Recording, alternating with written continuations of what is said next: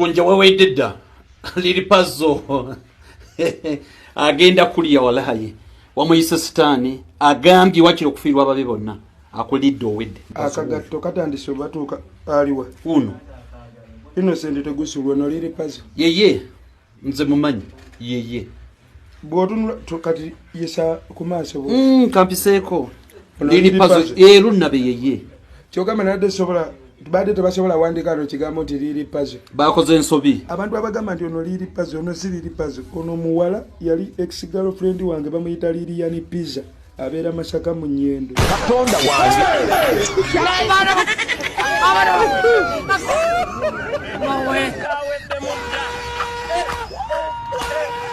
Omukunja ataseera bamusuubiza okubeera nga bamukwata Lil Puzzle naye ye kyayika ataalemezzaamu neera nga akatambya n'engeri gy'akakyusizzaamu munnange ne katunula wa gye katalina kubeera nga katunula. Omukunja ataseera yagamba ali ku kifaananyi ekyo si ye Lil Puzzle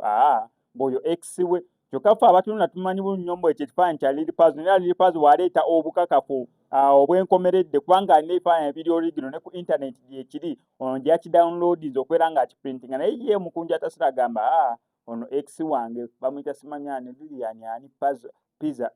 Pizza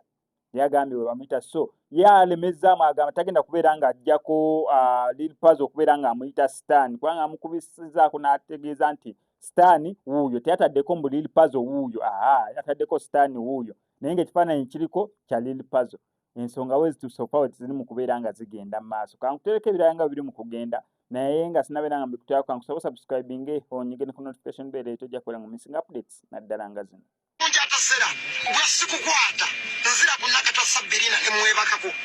Mukunja atasera bwe sikukwata mpazo okubira simu nga tebunnacha ne wamale mukubira na mpazo okole video nga wetonda bwe sikukwata mukazi wange naleba ali rubuta afire muleba bwe sikukwata nzira ku mama wange nakata sabirina emwebakako Lil Puzzle ebyeddala akasajja kagenda kusiba namukoze ekyo oyo moddo yo Puzzle already wamukubye ku t-shirt nti Stan woyo Banange,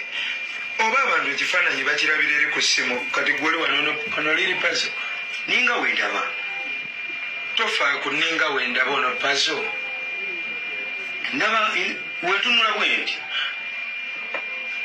ono buuza agende Masaka obuuza abantu ababeera mu Nnyendo ono yali ex girlfriend wange ono omuwala bamuyita Lilian Pizza